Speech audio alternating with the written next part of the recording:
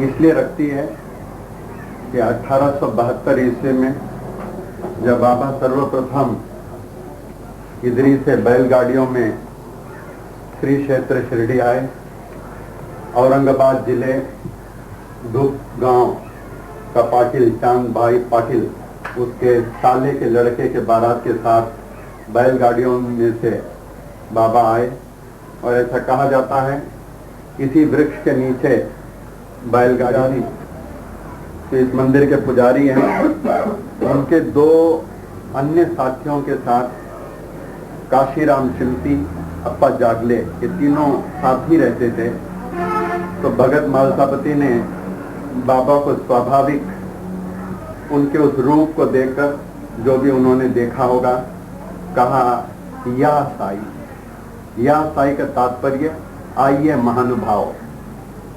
तो मालसापति का इतना कहना, ऐसे साई चरित्र के लेखक हेमाड पंत अन्य साईं बाबा कहते हैं। उसके बाद लोग उनको साईं बाबा ही कहकर पुकारने लगे, क्योंकि उन्होंने या साई कहा है। तो ये स्थान का महत्व, बाबा सबसे पहले शिरडी यहाँ आए, लेकिन इससे पहले भी 1854 ईस्वी में बाबा शिरडी आ चुके हैं एक बार। थोड़े समय रहे, अल्प समय, और पुनः वो जो हैं कहाँ चले गए किसी को नहीं मालूम। 1854 में आकर वो पुनः अपना एकांतवास में कहीं चले गए।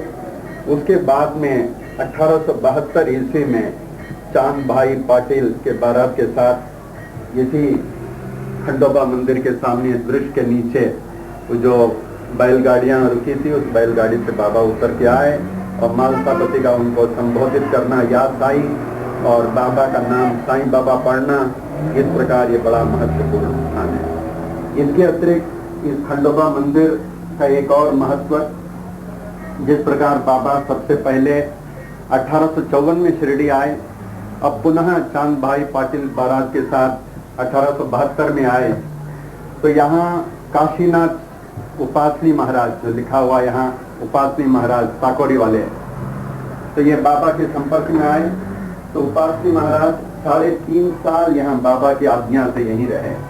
कि वही उपासनी महाराज है, साकोरी में इनकी समाधि है, इनका आश्रम है, कन्याकुमारी आश्रम, जहाँ कन्याएं जो हैं हवन आदि का आयोजन करती हैं।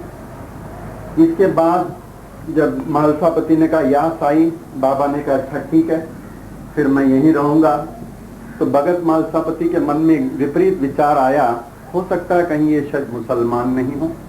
तो उन्होंने कहा ये मुसलमानों की जगह नहीं है, तो आप या तो मस्जिद में जाके वहाँ रह सकते हैं। इसी जगह बाबा ने कहा अच्छा ठीक है, अगर तुम कहते हो मैं यहाँ से जाता हूँ। तो यहाँ से बाबा गए। मस्जिद में जाने से पहले वो नीम वृक्ष जहाँ गुरु स्थान कहते हैं, वहाँ गए बाबा। फिर वहाँ जाकर के काफी समय समाधि में लीन दिखाई दी। मालसापति हैं जो इस मंदिर के पुजारी और जो बाबा के परम भक्तों में हो गए थे। जब बाबा ने 1918 में समाधि लिया, इन्होंने कई दिन तक अन्न जल त्याग दिया, अपने उच्च कोटि भक्ति का परिचय दिया, और 4 साल के बाद 1922 ईस्वी में स्वतः ये समाधि ले लिए, इन्होंने शरीर छोड़ दिया।